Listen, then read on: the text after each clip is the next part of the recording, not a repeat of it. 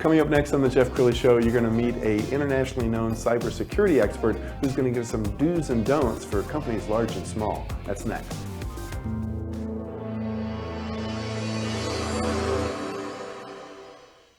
Many are predicting that the worst is yet to come, which is unfortunate, said one person here. Until now, they've enjoyed the reputation of being the nation's icebox. Watched a burglar in his home this morning by webcam. As a journalist of over 25 years, stories are what make my world turn. Reporting live from the Dallas newsroom tonight, Jeff Crilley, Fox 4 News. But in 2008, I took the jump from my familiar life and started a PR firm from my home. We're talking about anyone with a camcorder like the one I'm using becomes a television network. We started slowly growing the company, and we now have over 100 clients, and we've branched into the world of live digital broadcasting. I now own 8 different TV studios and have a huge team, and the stories that I now get to share are sometimes the most important of my life. Life has a funny way of coming around full circle. This is the Jeff Crilley Show. Well, it seems like every day in this country you hear about another hack attack, and you might wonder, why can't we stay one step ahead of the hackers? And then a wise person said one time that the hacker only has to be right once, the company has to be right 100% of the time. To talk about that today, Sean Mathena. He is a cybersecurity expert. Thanks for coming on my show. Thanks for having me, Jeff. Yeah. So before we get into cybersecurity do's and don'ts, tell us a little bit about your background. So my background started in the military. I was 11 years in the Army Infantry, got out around 98, and then found my way into cybersecurity. All right, let's talk about your military career, because you spent 11 years total. That's a long career. Yeah, I should have stayed 20. We've got a picture of you as a young man. Wow, look at that guy. Yeah, that was, we were actually coming back from Desert Storm, and we stopped over in Ireland. And that was the first beer in since August. Wow. From there, so. Thank you for your service, and I know anybody in the military learns discipline and punctuality.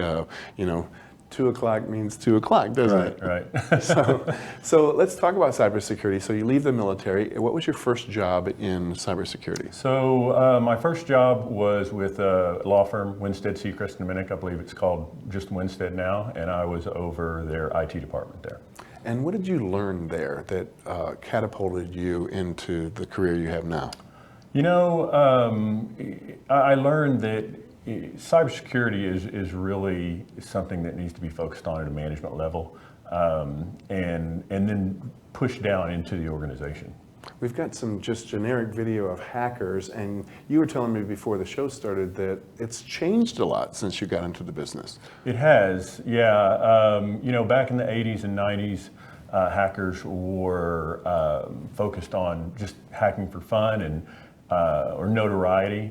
You move into the 2000s and they start hacking for profit, and now in the 2010 and 2020, we're looking at more cyber warfare and nation state actors.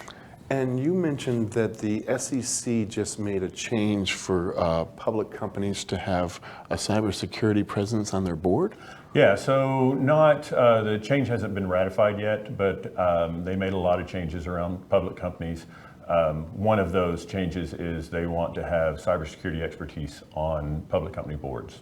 And that is so important because, we only hear about the stuff that makes the news, and that's probably a fraction of the activity that's out there. Oh, yeah. So tell me what a good client looks like for you and your firm. It really varies. Every company needs cybersecurity. I've worked with companies that are mom and pop shops all the way up to the largest companies in the world. So, cybersecurity is everybody's job. So really, any company needs it. And some of the easy do's and don'ts is for employees, change your password. We're seeing, even though that's a pretty simple task, that's still one of the main ways that hackers are getting into companies. And just having good password hygiene will stop a lot of the amateurs out there from getting in. So someone told me that these hackers have programs that they can run that can do pretty much every word in the English language, and the easy stuff like password and 1, 2, 3, 4, 5 is the first thing they try. Well, yeah, and now with the power of computers, they can run through all the permutations of a password, right? So they'll take every possible combination and run it through to check the password. So having a longer password is very important as well. Somebody told me, like, if you took a word like Mississippi and then changed some of the S's to dollar signs, it makes it harder to hack? Yeah, so including special characters, including numbers, including uppercase, lowercase, it's definitely important as well. What are some other things that companies are doing wrong when it comes to cybersecurity? You know, the main thing that I see that I feel is really a couple things actually. Is making sure that cybersecurity is elevated to the executive level, ensuring that it's looked at from a business standpoint, not just from the IT standpoint, and making sure that your security strategy isn't just trying to prevent a breach, but it is assuming a breach and making sure that a company can recover from a breach. Sure, I've heard that school districts are being targeted by ransomware attacks a lot. Number one, because they have the money, and number two, they probably want to stay off the news. Is it better to pay the ransom, or if you pay the ransom, does it make you a target for a second attack? You know, we're seeing a lot of these companies a lot of these hackers that are doing ransomware, actually doing a three-pronged approach. So they'll come in and they'll say, hey, we've encrypted all your data and you need to pay us a ransom for that data. Then you pay them the ransom and they say, well, we still have all your data, so you can give us some more money so we don't leak all of your personal data. This is really a big play against celebrities that don't want their personal stuff out there. And then on the back end, after you pay that, they say, well, you pay us a little bit more and we'll make sure nobody else gets your data, right? Sure. So it's almost like the mob paying for protection. Yeah, and I know we're coming up on the holiday shopping season, and famously a few years ago, Target got hacked right at the height of the holiday season. Do you anticipate we're going to see more retail hacking in the coming months? You know, the retail industry has what a lot of the hackers want, credit cards, right?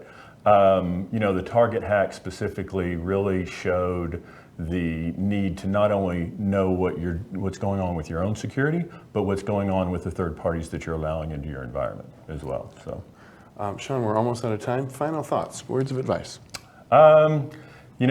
Change your passwords, make sure you have strong passwords, and make sure that security is everybody's job. Awesome. You've been a great guest. We're going to end with your website, which is Mathena.com. Sean Mathena, thanks for coming on the show. Thank you for having me, Jeff. That's it for now. We'll see you next time.